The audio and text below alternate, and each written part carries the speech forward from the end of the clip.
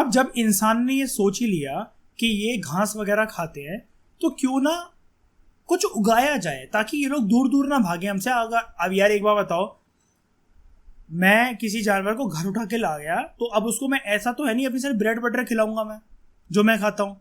मैंने पहले pattern note कराऊंगा ये क्या खाते हैं, और अगर मुझे इनको पालना है तो यार वो चीज़ें इनके लिए बंदोबस्त करवाना पड़ेगा। मैं अपना खाना नहीं थोप सकता इनके ऊपर कि बेटा तेरे को तो यही खाना पड़ेगा, वो मर जाएगा कोई फायदा नहीं रहेगा। इन्होंने सोचा यार अब ना उगाना पड़ेगा, और उगाने का मतलब था दोस्तों अब एक तरीके से बर्थ हो गया फार्मिंग का, ठीक है। और फार्मिंग की वजह से हर्डिंग, हर्डिंग मतलब वही लार्ज झुंड में एनिमल्स को मतलब चरवाने वगैरह लेकर जाना, और हर्डिंग और ये एक्टिविटी एक तरीके से साइकिल में घूमने लग गई। ये है इनके बीच में लिंक, ये है इनके बीच में रिलेशन। और यहाँ से हमारा जो ये जो चैप्टर था, अब यहाँ पर इसका जो ट्रेलर था, अभी तक हमने ट्रेलर देख लिया, अब होगी हमारी पिक्चर स्टार्ट। टॉपिक देखो, चैप्टर का नाम क्या था, हंटिंग गैदरिंग खत्म कर लिया पूरा हमने, अब इंसान अपना खाना उगाएगा। ये एक ऐसा टाइम था जब बड़े सारे ग्रेन बेयरिंग ग्रासेस, मतलब ग्रेन बेयरिंग ग्रासेस कुछ नहीं होता, मतलब एक ऐसा आप फार्मिंग सिस्टम मान लो कि जिसमें कुछ घासेस मतलब ग्रेन्स दे सकती है। अब ये किसकी बात कर रहा है, आराम से बस इसको यही बोल देना चाहिए था, गेहूं, बार्ले, चावल, ये नेचुरली ग्रो होने लग गए इंडियन सबकॉन्टिनेंट के अलग अलग पार्ट्स में। अब इनके ग्रो होने के पीछे पता है क्या रीजन थे? देखो ये क्यों बोल रहा है, इसने इतनी मेहनत क्यों करी ये वाली लाइन लिखने की, grain bearing grasses, grain bearing grasses क्यों? क्योंकि ग्रास की डेवलपमेंट अभी हमने देखा प्रीवियस क्लास में, ग्रास की डेवलपमेंट जो होती है वो होती है वार्म कंडीशंस की वजह से, जब वेदर वार्म होने लग गया, ठीक है। तो ये नेचुरली ग्रो होने लग गए, व्हीट, बार्ले, राइस। इनके नाम मत भूलना कि पहले क्रॉप्स जो जब वार्मेज आया अर्थ पर, तो पहले क्रॉप्स ग्रो होने वाले स्पेशली हमें देखने को क्या मिलते हैं प्री हिस्टोरिक टाइम से, गेहूं मिलता है, बार्ले मिलता है और राइस मिलता है। अच्छा, काफ़ी लोग थोड़ा सा वो करेंगे कि व्हीट और राइस तो हमें पता है, ये बार्ले क्या होता है? ये होता है बार्ले, ठीक है। और इसका अनाज कैसा दिखता है, ये, ठीक है, क्रॉप ही होता है एक तरीके का, बस अब उसमें ज़्यादा क्या बताना, ठीक है, ऐसे ही है। और इसकी जो ग्रास वो कह रहे हैं ना ग्रेन बियरिंग ग्रासेस, अब ये देखो इसको अभी मैं बता देता हूँ, मैं इसको खुद बोल रहा हूँ कि हिंदी में क्या बोलते हैं। ये रहा ग्रास, और इस पे देख रहे हो वो क्यों कह रहा था ग्रेन बियरिंग ग्रास, ये देखो घास ही तो है, ये घास ही तो है, लेकिन इस पे देख रहे हो ग्रेन, ये ग्रेन। मेन, विमेन और चिल्ड्रन, ये रहा आगे, मेन, विमेन और children probably collected these grains as food, ठीक है, खाने की तरह इसको यूज करते थे, नेचुरली ग्रो हो रहा था ना क्योंकि ये।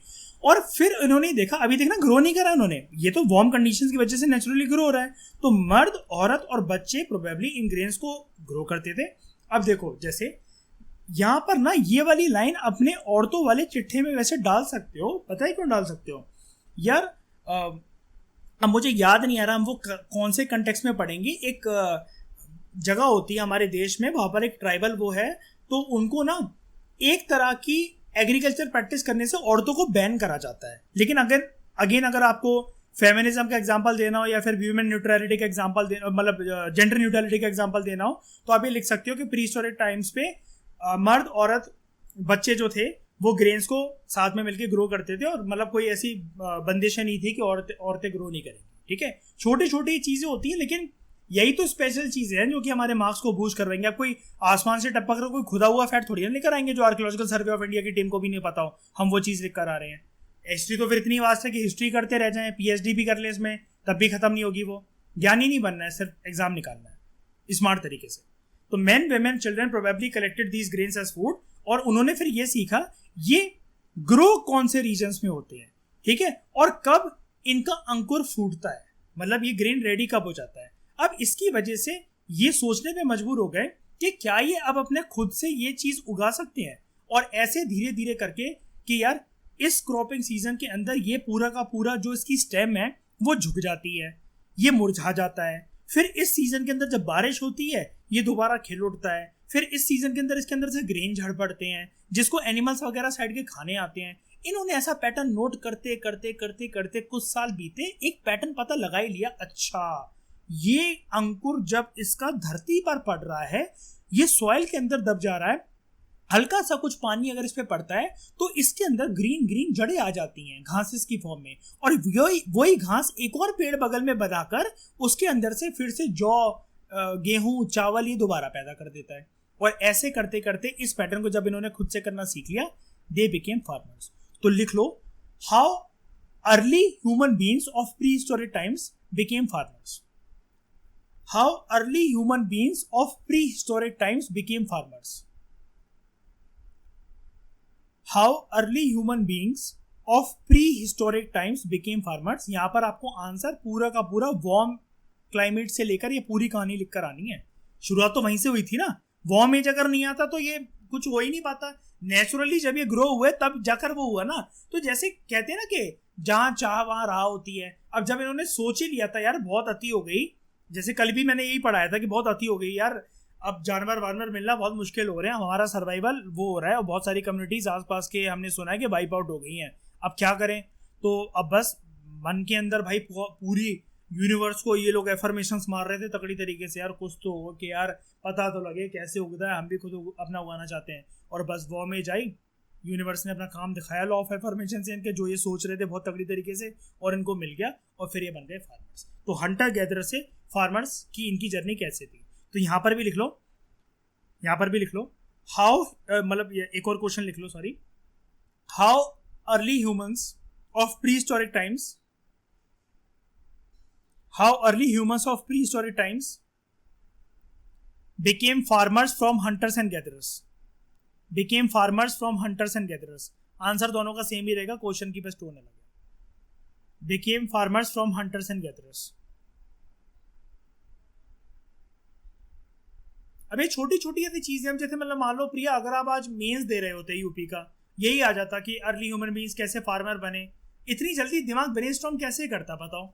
हिंदी में चलो कहानी पता होती दिमाग को, हाँ ऐसा ऐसा हुआ था, सुना तो है कुछ कुछ, लिखने के लिए हमें टोन भी तो चाहिए ना। और फिर अगर एक क्वेश्चन में ज्यादा टाइम लगाते तो फिर दूसरा क्वेश्चन मतलब वो घसीटा जाएगा, फिर वहां मार्क्स कम आएंगे, एक एक नंबर के ऊपर तो रेस लगी रहती है। इसलिए अपने A4 शीट के सारे चिट्ठे और सारा मटेरियल रेडी रखना हमेशा, ठीक है। अब यहाँ पर जब फार्मर्स बन गए तो भाई सुभान अल्लाह, ठीक है, इससे बढ़िया बात तो कोई हो ही नहीं सकती थी। अब यहाँ पर आराम से एनिमल्स को अट्रैक्ट करना और उनको टेम करना। टेम जानते हो ना, ट्रेन करना एक तरीके से, जैसे कुत्ते को मैं भागना अपने सिखा रहा हूँ, फ्रिस्बी ले लेकर या बॉल उधर फेंक फेंक कर, जा टॉमी लेकर आ, तो उसको मैं टेम कर रहा हूँ, एक तरीके से ट्रेन कर रहा हूँ, ठीक है। कैसे? By leaving food for them near their shelters. मतलब ये है गुफा, यहां पर मैंने एक कोई भी एक खाना रख दिया उसके लिए, और यहां पर कुत्ता आया ये, और ये धीरे धीरे कर पहले ये डरता था, एक दिन आया, 2 दिन आया, 1 हफ्ते तक ये आ गया और इसने ये खाना खा के चला गया। अब इसको पता लग गया नहीं यार ये लोग क्रूएल नहीं है, मारते वारते नहीं है, लोग भगाते नहीं है। फिर ये दोपहर में भी यहीं सोने लगा बैठकर, और फिर इसको यहाँ पर खाना मिलने लगा। ऐसे करते करते अलग अलग तरीके के जानवरों को इंसान ने ट्रेन करना शुरू करा, ठीक है। और कुत्ते के बारे में भी एक फैक्ट बताऊंगा, बहुत इंपॉर्टेंट फैक्ट हिस्ट्री का। द फर्स्ट एनिमल, आई गया ये लोग यहीं पर है, sorry, the first animal to be tamed was the wild ancestor of dog. इतिहास के अंदर पहला ट्रेंड जानवर जो कि इंसान ने अपने घर के दरवाजे के बाहर पालना शुरू करा। अब यहाँ पर घर का दरवाजा, मेरी लैंग्वेज समझ जाना, हिस्ट्री पढ़ रहे तो मतलब केव का, मतलब केव के बाहर गुफा, मतलब वो करके गुफा तो इनकी है भाई। कोई जानवर आया मशाल वगैरह लेकर अभी तक भगा देते थे, कोई वैसा है तो मार के खा जाते थे, तो जानवर भी तो समझ जाते हैं। अब जैसे एक बार बताओ, जब कुत्ते पकड़ने वाली गाड़ी आती है तो इधर उधर कुत्ते भागने लग जाते हैं, वो बेवकूफ थोड़ी ना होते हैं। और डॉग तो वैसे भी इंसान का बेस्ट फ्रेंड होता है, उसमें तो बहुत दिमाग होता है। अब ये लोग समझने लग गए कि नहीं नहीं, अब ये मार के खाएंगे नहीं, बेवकूफ नहीं बना रहे हैं, अब ये अच्छे हो गए हैं ये वाले केव के लोग। अब ऐसे और भी इंसान अच्छे हो गए, ठीक है। अब डॉग जो था, इट वॉज द मतलब फर्स्ट एनिमल, वाइल्ड एंसेस्टर, मतलब इसलिए लिखा हुआ है। एक चीज मैं आपको बता देता हूँ, पुराने टाइम पे जब हम लोग प्री हिस्टोरिक टाइम्स पढ़ते हैं ना, जितने भी जानवर वगैरह हैं इनके साइज काफी बड़े होते थे, जंगली वगैरह। चार्ल्स डार्विन ही है ना वो इवोल्यूशन वाला साइंस में, हाँ। तो जब वो इवोल्यूशनरी थ्योरी देता है, उसने बताया था जैसे जैसे इंसान का इवोल्यूशन होता रहता है ना, जीन्स बदलती रहती है, आगे बढ़ती रहती है, अच्छा खाना पीना, उसको अच्छा रहना, सोना, डिसीजेस नहीं लगते, जब उसकी लॉन्जिविटी का ये मतलब होता है जीवन की उम्र जब बढ़ती है as compare to previous generation, जैसे जब इंडिया आजाद हुआ था तो जो एवरेज लाइफ स्पैन था वो काफी ज्यादा कम था, 50s के अराउंड गेट, उससे भी कभी कभार कम रहता था, जैसे प्लेग या जैसी कोई बीमारी आ गई। और अब देखो कोविड जैसी महामारी जिसने पूरे वर्ल्ड को स्ट्राइक करा, उसके बाद भी एवरेज लाइफ स्पैन कम नहीं हुआ है लोगों का। ये कोई रिपोर्ट नहीं कहती है कि एवरेज लाइफ स्पैन लोगों का कम हो गया, कि लोग अब 80 साल तक, अभी तक कोविड से पहले जी रहे थे, वो 72 साल तक या 60 साल या 65 साल जिएंगे, नहीं। ठीक है, ये क्यों? Because of modern science, modern medicine और सब कुछ चीजों की वजह से। अच्छा, ये एक रीजन, मैं तुम्हें एक इकोनॉमिक्स का फैक्ट बता देता हूँ, एडिशनल फैक्ट चाहो तो लिख लो। ये अपने किसी भी आंसर के अंदर या एग्जामिनर को, इंटरव्यूअर को बोलने के लिए बहुत इंप्रेस करता है।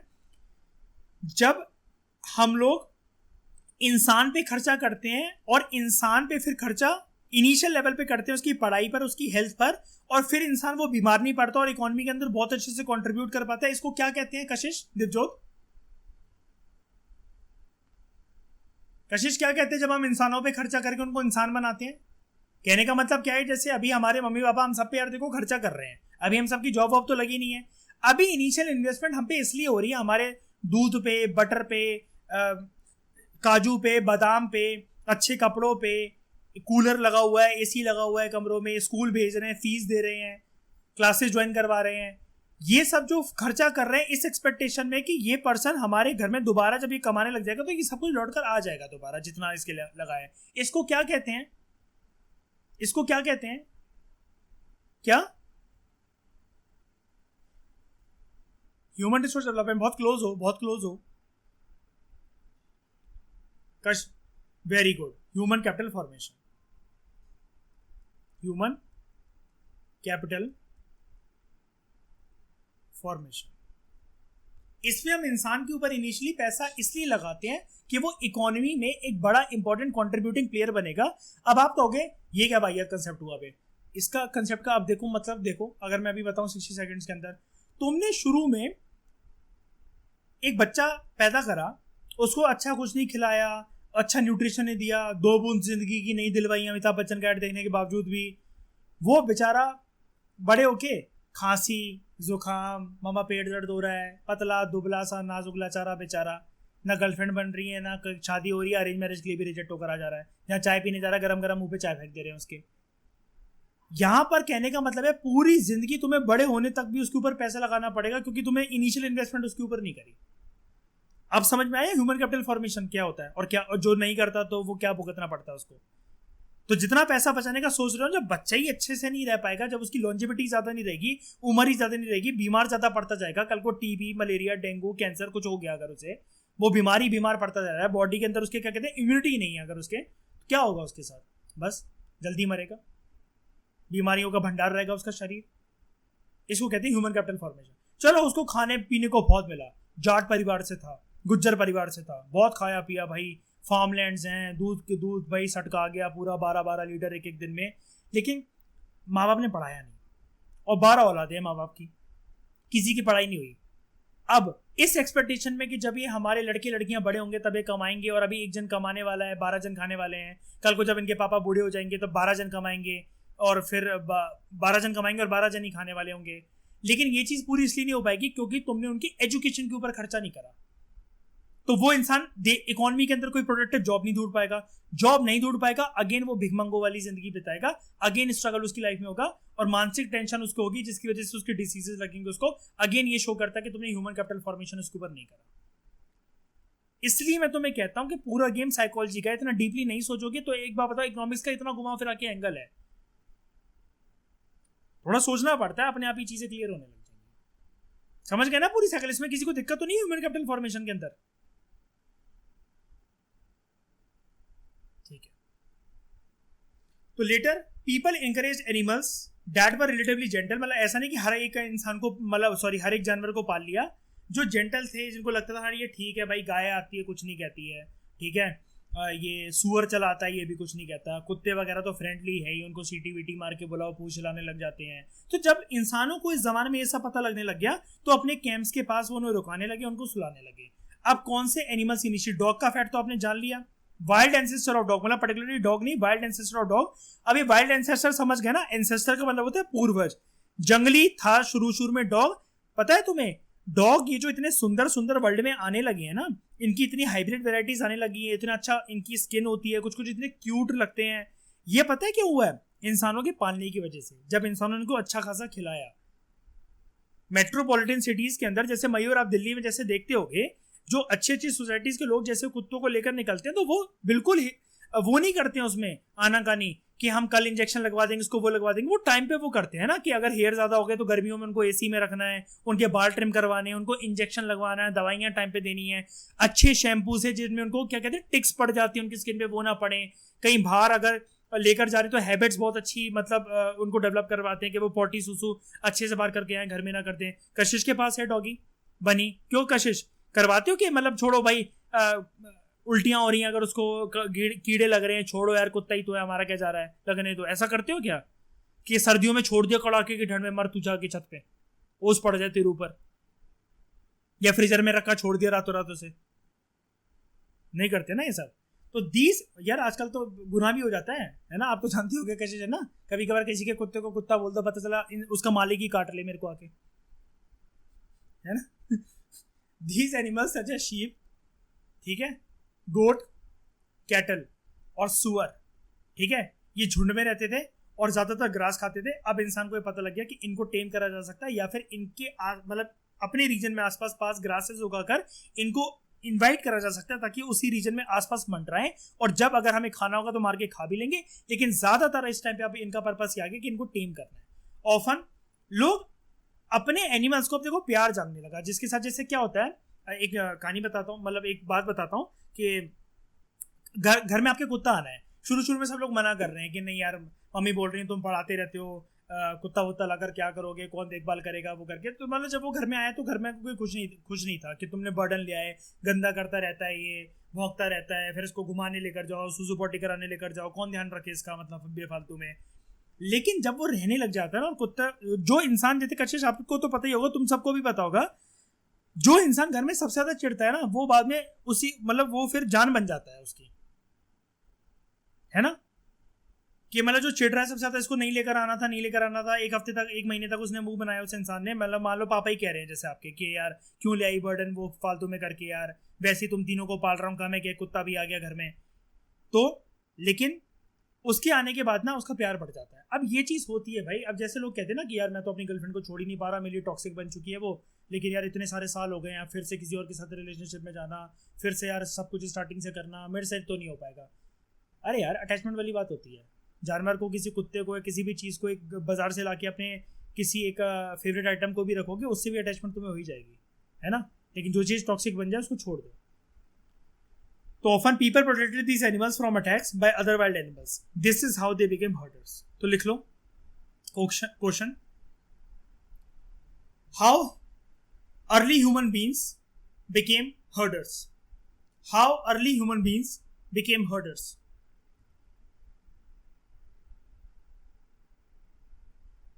अब ये एक लेमैन क्वेश्चन है, आराम से इसको सॉल्व करा जा सकता है। Can you think of any reasons कि कुत्ता जो था, why it was the first animal to be tame. ये फर्स्ट एनिमल वाली बात याद रखना, ये फैक्ट है ये वाला, ठीक है। लेकिन इसी को टेम क्यों करा जाता था? वफादार, लॉयल, दूसरे जानवर से प्रोटेक्ट करेगा, चौकन्ना कर देगा एकदम से। मतलब जो कुत्ता आज करता वही वो पहले करता था, ठीक है। तो जो आपने अगर किसी रिलेटिव के यहाँ या आपने खुद भी पहले पाला हो कुत्ता अगर किसी ने, ठीक है, तो आप मतलब वो कर सकते हो, ठीक है। उसके बारे में उसको इमेजिन करके वो लिख सकते हो, ठीक है। लेकिन कशिश, बॉयफ्रेंड अगर कोई पाला हो कुत्ते के रूप में तो उसको इमेजिन करके आंसर मत लिख देना ना, फिर फेल हो जाओगे। जब जानवरों को पालना स्टार्ट हुआ इंसान के द्वारा, तो अब वर्ड निकल कर आया एक हैवी वर्ड, डोमेस्टिकेशन। लेकिन कई लोग ना इस मतलब डाउट में रहते हैं कि डोमेस्टिकेशन क्या सिर्फ एनिमल्स की होती है। अभी तुम्हारा भ्रम टूट जाएगा अगर तुम्हें नहीं पता, तो सीखते हैं डोमेस्टिकेशन का एक बारी पूरा फंडा। डोमेस्टिकेशन क्या है, ठीक है। तो सबसे पहले तो क्वेश्चन लिख लो, फिर बाद में अभी इसको और कंटिन्यू करवा दूंगा, कहीं मैं भूल ना जाऊं। What is domestication? पहले तो सिर्फ इतना लिख लो, उसका पहला पार्ट लिख लो, ठीक है। What is domestication? लिख लिया? इतना लिख लिया? बोलूं मैं आगे जल्दी फटाफट? डोमेस्टिकेशन एक नाम है जो कि दिया जाता है एक ऐसे प्रोसेस को जिसके अंदर जो इंसान है वो, देख रहे हो, दो कीवर्ड पे ध्यान दो। यहां पर इंसान यहां पर प्लांट्स को भी ग्रो करता है और अपने एनिमल्स की भी देखभाल करता है, ये दोनों चीजें होती हैं डोमेस्टिकेशन के अंदर दोस्तों, गलती मत कर देना। प्लांट्स भी डोमेस्टिकेट होते हैं। जैसे कई लोग यार घर में पेड़ पौधे नहीं लगाते, क्या कर रहे हैं वो? डोमेस्टिकेशन ही तो कर रहे हैं। खेत वगैरह या किसी के वो होते हैं, हम जैसे दादी के, जैसे मैं बता रहा था ग्वालियर में ना बहुत बड़ा बगीचा है, तो उन्होंने उसी में मिर्ची के पेड़, करौंदे के पेड़, नींबू के पेड़, जामुन, ये सब कुछ उगा रखा है कि मतलब कुछ कुछ सब्जियों का खर्चा तो बच ही जाता है, मतलब वो बैकयार्ड से ही आ जाता है वो तोड़ तोड़ के, है ना। और जानवर भी रख रखे हैं, कुत्ते भी उनके पास बड़े सारे। तो very often plants and animals that are tended by the people became different from the wild animals and plants. अभी मैंने बताया ना कि धीरे धीरे करके ये जो प्लांट्स और जो एनिमल्स हैं, अच्छा आपने मतलब मैं नॉर्मल बात बता देता हूँ, इस लाइन को छोड़ो। वो ये कह रहा है कि इंप्रूवमेंट आ गई और ये जो पालने वाले जानवर हैं और जो पेड़ पौधे हैं बहुत अलग दिखने लगे जंगली जानवरों और जंगली पेड़ पौधों से। ये वाली बात तो बट ऑब्वियस है ना। जो माली घर पे पौधा लगाकर जाता है वो पार्क में लगे हुए पौधे से ज्यादा बेटर हम लोग उसकी केयर कर सकते हैं, है ना। मनी प्लांट जो होता है हमारे घरों में लगा रहता है, अगर हम उसकी अच्छे से केयर करें तो उसकी बेल आपने कहीं कहीं देखी होगी ना आप सबने, 4th फ्लोर से लटकी हुई चली आती है ग्राउंड फ्लोर तक। लोग कितनी अच्छी अच्छी डिजाइन अपनी बालकनी में उससे बना लेते हैं। कैसे? डोमेस्टिकेट कर रहे हैं क्योंकि उसको। अब यही पोमेरियन अगर आप कशिश रोड पे अगर छोड़ दो, या फिर जो जंगली कुत्ते ब्लॉक के होते हैं, क्या आपको लगता है आपका बनी उससे साफ है, उससे ज्यादा बेटर रहता है, उससे उनसे ज्यादा चमकता है कि नहीं? ऐसा बताओ क्यों? Because you have domesticated them, है ना। अगर आप चेकिंग करवाओ कि मतलब यार किसी कुत्ते को कोई बीमारी है वो है, तो बनी में कह सकते हो ना कि उसको आप प्रॉपर तरीके से वैक्सीनेशन वगैरह करवाते, तो वो चीज नहीं है। बाहर का कुत्ता कोई काट ले तो पता चले इंसान को क्या बीमारी फैल जाए, लेकिन अगर आप अपने घर के कुत्ते को ये सब करवाते हो, अगर वो किसी को नखून वगैरह गलती से मार दे, गलती से काट ले, तो आप लोग सेफ रहते होगे थोड़ा सा। मतलब आप सेफ क्या रहते होगे, मतलब मेंटल सेटिस्फेक्शन रहती होगी, कोई बात नहीं भाई, वैक्सीनेशन वगैरह इसकी प्रॉपर तरीके से टाइम पे होती रहती है, तो कोई खतरा नहीं है। बिल्कुल ऐसा कचेज होता है कि नहीं होता बताओ, है ना। तो this is because people select plants and animals for domestication. और धीरे धीरे करके जब आप इनको वो करते रहते हो ना, नर्चर करते रहते हो, तो इनकी वैरायटी, शेप और वगैरह वो बदल जाती है। अब यार अर्ली ह्यूमन को ही देख लो, अर्ली ह्यूमन को छोड़ो, ट्राइबल को देख लो। इतना तो सबको भरोसा है ना कि हम लोग ट्राइबल लोगों से तो अच्छी जिंदगी मतलब वो बिता रहे हैं, विद नो ऑफेंस टू के उनकी लाइफस्टाइल वगैरह क्या है, लेकिन साफ सुथरे अपनी बॉडी का ध्यान रखना। कितने रुपए हम लोग लुटा देते हैं मामाज अर्थ के प्रोडक्ट पे और वाओ के प्रोडक्ट पर, कि शैम्पू भाई यूज करना है वरना ये डेंड्रफ हो जाएगा, ठीक है, सिरम यूज करना है वाओ का, या चारकोल फेस वॉश यूज करना है ना। ये इतना कुछ ध्यान वो रखते हैं क्या बताओ अपना? नहीं ना, ये चीज है। तो for example they select those plants and animals that are not prone to disease, ठीक है, कि जो जिन पे कीड़े वगैरह नहीं लगते थे, पहले इंसान ने देखा कि किन पे कीड़े वगैरह किन जानवरों पे नहीं लग रहे हैं, हम उनको पालेंगे, ठीक है। और उन्होंने उन प्लांट्स को सिलेक्ट करा जिसको उन्होंने देखा कि इन प्लांट्स को उगा कर ना ज्यादा हमें प्रोडक्शन मिल जाती है, चावल की, गेहूं की, बारले की, अलग अलग चीजों की, ठीक है। और जिनकी जो डंडियां हो वो स्ट्रांग हो, जैसे कि मतलब अगर उन्होंने अगर एक ग्रास उगाई तो ये इंटैक्ट खड़ी रहे कुछ महीनों तक, ऐसा ना हो कि आज इन्होंने उगाई और कल को जाके झुक गई और ये मरा मरा सा ये पौधा हो गया। ये चीज प्रेफर ना करके ये लोग ये चीज प्रेफर करते थे, ठीक है। और उसके बाद क्यों ये मतलब ये स्ट्रॉन्ग क्यों ना चाहिए? बिकॉज जो उनको लगता था कि जो उन्होंने पेड़ चुना है एटलीस्ट उसकी टहनी में, उसकी डंडी में इतनी दम हो कि जब ये अंकुर फूटेगा उसके बीज में से निकलकर, मतलब जो भी वीट, बारले या राइस जो निकलेगा वो उसका वेट सहन कर सके। ये नहीं कि इसमें से अंकुर फूटे और ये झुक गया और ये नीचे गिर गया और फिर उसके बाद ये बेकार ही हो गया कुल तरीके से, नहीं। तो अब देख रहे हो इंसान ने कितना सिलेक्टिव तरीके से सब चीजों को चुना। इसलिए दोस्तों आज भी हम लोग ना वही ग्रेन्स खाते हैं जो कि इन लोगों ने खाए थे, क्योंकि इन लोगों का टाइम एंड मेथड के हिसाब से टेस्टेड प्रोसीजर है वो। हम लोग इन्हीं की एक तरीके से कहते नहीं है कि विरासत में वो चीज खा रहे हैं, वही खेती बाड़ी कर रहे हैं, उन्हीं क्रॉप्स को चुन रहे हैं जिसके ऊपर होमवर्क ये लोग कर चुके हैं ऑलरेडी। अब कभी आपके ऊपर कोई क्वेश्चन अगर आ जाए ना इंटरव्यू में कि why do you think Divjot Kaur कि आज हम लोग जो वैरायटी ऑफ ग्रेन्स जो हम खाते हैं सिर्फ वही क्यों खाते हैं? अब आप कह रहे यार मम्मी ने बोला था यार कि यार इसी की रोटी खाया करो तो मैं वही खाती हूँ। ये आंसर मत देना यार एडमिनिस्ट्रेटर की तरह, आप यहाँ से बोल रहे हैं वाली चीज। इसलिए मैंने तुम्हें पता है पहले हिस्ट्री पढ़ाना शुरू करी। अब जैसे कई लोग ना मुझसे ये पूछ रहे थे कि आपने इंडिया और भारत का वो जो पूछा है तो हम क्या हिस्ट्री के पर्सपेक्टिव से उसका वो लिखे आंसर? अरे वो रहेगा तो हिस्ट्री का ही ना आंसर, वो पहले कॉन्स्टिट्यूशन की बात तो बाद में करना ना। कॉन्स्टिट्यूशन पहले आया कि इंसान पहले आया दुनिया में? ऑब्वियसली बात है, तो बात किसकी करोगे फिर तुम? ठीक है, तो ये चीज आप यहाँ पर मैं फिर से आपको बता रहा हूँ, अगर इंटरव्यू कभी आपसे पूछ ले कि हमारे पास जो वैरायटी ऑफ चॉइसेस जो रहती है अपने घर के मतलब खाने में, कि रोटी इसी की बनेगी, चावल तो होना ज़रूरी है। जैसे पर्सनल हैबिट अगर मैं बताऊं, जिस दिन खाने में चावल नहीं बनते ना, मतलब मैं सेटिस्फाई नहीं होता, चाहे थोड़े से मिल जाए मुझे, लेकिन चावल के बिना मेरा पेट नहीं भरता। तो ये आदत क्यों है मुझे और मेरी फैमिली को? वो इसलिए बिकॉज ये चीज़ आई है पूरे उससे चलती हुई। आप जैसे साउथ इंडियंस को आप जानते हो ना भाई, उनका तो ब्रेकफास्ट चावल, लंच चावल, डिनर चावल, सोते जागते चावल, उठते बैठते चावल, रोमांस करते वक्त चावल, चावल ही चावल। ठीक है, तो seeds from the selected plants are preserved, और इनको मतलब जो उन्होंने प्लांट सेलेक्ट कर लिया उससे सीड को वो प्रिजर्व करते थे, कलेक्ट कर लिए और उसको फिर सो करते थे, यानी कि उगाते थे, ये इंश्योर करने के लिए कि नए प्लांट्स उस पुराने सीड से निकलेंगे और उनकी सेम क्वालिटी होगी। ये तो हो गया ये वाला पैराग्राफ जो हमने पढ़ लिया, ये पढ़ लिया हमने डोमेस्टिकेशन ऑफ प्लांट से रिलेटेड, प्लांट्स की डोमेस्टिकेशन।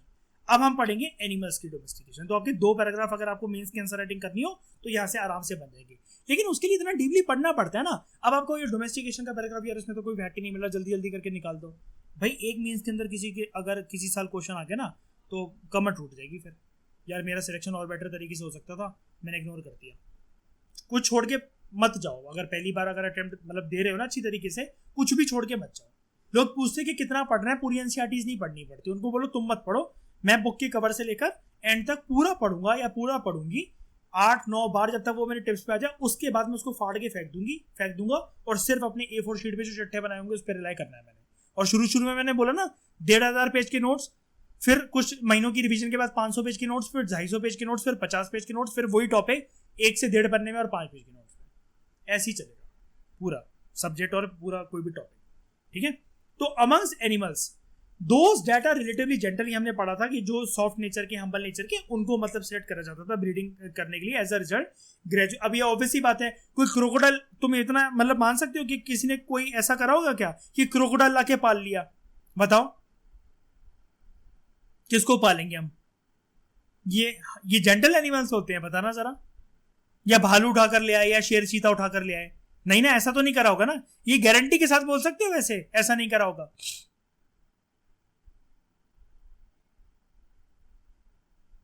बताओ हाँ या ना में तो जवाब दो, है ना। ऑब्वियसली बात है, क्योंकि वो जेंटल एनिमल्स नहीं है। As a result gradually domesticated plants और जो एनिमल्स थे they became different from the wild plants and animals. For example क्या होता है, जब आप किसी भी एनिमल की बात कर लेते हैं यहाँ पर पहले, जब आप किसी भी एनिमल को पालते हो ना, जैसे कशिश कभी इसका बनी का टूथ गिरे ना, तो जैसे कभी कंपैरिजन की फॉर्म में देखना, उसका साइज ना कम होता है एज कम्पेयर टू कोई जंगली कुत्ता होगा, वाइल्ड मतलब कोई मतलब हाँ रोड पे घूमने वाला अगर कोई कुत्ता हो। वो क्यों? आप उसको प्रॉपर तरीके से फीड करते हो। जो राशन का सामान आपके घर पे आता है एक स्टैंडर्ड क्वालिटी ग्रोसरी स्टोर से आता है ना, तो आप उसको वो चीज़ खिलाते हो। कई लोग तो बहुत ज़्यादा ख्याल रखते हैं, जैसे आप क्या खिलाते हो कशिश बनी को? दूध रोटी खाता है या फिर जो वो पैकेट्स आते हैं क्या बोलते हैं उनको, बिस्किट वगैरह खा लेता है? अब पेडिग्री मैंने सुना है कि उससे जो ऐसा है क्या, मतलब मुझे बताना, मैंने सुना है कि उनका जो बाल रहते हैं जो कुत्तों के वो सॉफ्ट रहते हैं, ऐसा है क्या? अच्छा होता है वो फूड, न्यूट्रिशन प्रोवाइड करता है ना। तो ये चीज़ है, बताओ। अब ये चीज़ रोड पे किसी कुत्ते को डेली मिलेगी क्या? बताओ, नहीं ना। तो यहाँ पर एक बात पता लगाने के लिए एक बात बता रहा हूँ मैं आपको, जो दांत है और जो हॉर्न है, सींग है वाइल्ड एनिमल्स के, वो जनरली लार्जर साइज के होते हैं। जैसे कोई भी चीज जो बड़े साइज की हम लोग वो क्या बोलते हैं, जंगली है भाई ये चीज। Then those of the domesticated animal, जिनको इंसानों ने फिर पालना वगैरह शुरू करा, तो उनके शेप साइज वगैरह श्रिंक कर गए, वो परफेक्ट एक उसमें आ जाते हैं। ठीक है, डोमेस्टिकेशन एक ग्रेजुअल प्रोसेस था, मतलब ऐसा नहीं हुआ कि एक ही दिन के अंदर भाई मैंने एक कुत्ते को पाला रोड से पकड़ के, वो कुत्ते की माँ तो मतलब बहुत जंगली थी, उसके पिल्ले को मैंने पाला, उसको बड़ा करा और उसका टूथ जो था श्रिंक कर गया, उसकी बॉडी परफेक्ट हो गई, वो न्यूट्रिशन हो गया। नहीं, ऐसा नहीं। डोमेस्टिकेशन चाहे प्लांट्स की हो चाहे एनिमल्स की हो, ये ग्रेजुअल प्रोसेस था। जिसको दुनिया में अलग अलग पार्ट्स में आने में बहुत ज्यादा टाइम लगा। ये डोमेस्टिकेशन की प्रक्रिया लगभग 12,000 साल पहले शुरू होती है। ठीक है, आज जनरली जितने भी प्लांट्स हम लोग देखते हैं अपने आसपास, जितने भी एनिमल्स हम लोग देखते हैं, वो ऑब्वियसली बात है रिजल्ट रहे हैं डोमेस्टिकेशन का, क्योंकि कभी ना कभी किसी ना किसी ने उसको वो पाला है। अब जैसे हिप्पोपोटामस देख लो, या फिर कुछ भी जंगली किसी उसके नाम ले लो, जंगली भैंसा हो गया, या फिर गांव में वो आती है खेतों में, कभी तुम लोगों ने नाम सुना उसका, नीलगाय का? नीलगाय सुना? झुंड में आती है और फसल की फसल बर्बाद करके ले जाती हैं, भागती हुई चली आती हैं। सुना है कभी नीलगाय का नाम? बताओ, सुना है? हाँ, किसने नहीं सुना बताओ? सबने सुना है ना। तो वही चीज है कि अब वो क्या मतलब पालने लायक होती हैं, फिर उनका मतलब एक स्टैंडर्ड क्राइटेरिया शेप साइज होता है बॉडी का? नहीं होता। तो सम ऑफ द अर्लीस्ट प्लांट जो कि डोमेस्टिकेट होते थे वो थे वीट और बार्ले। हम पढ़ ही चुके हैं वैसे भी इनिशियली, वीट, बार्ले, राइस वगैरह। और अर्लीस्ट डोमेस्टिकेटेड एनिमल से शीप, गोट, और सबसे पहला वाइल्ड एंसेस्टर ऑफ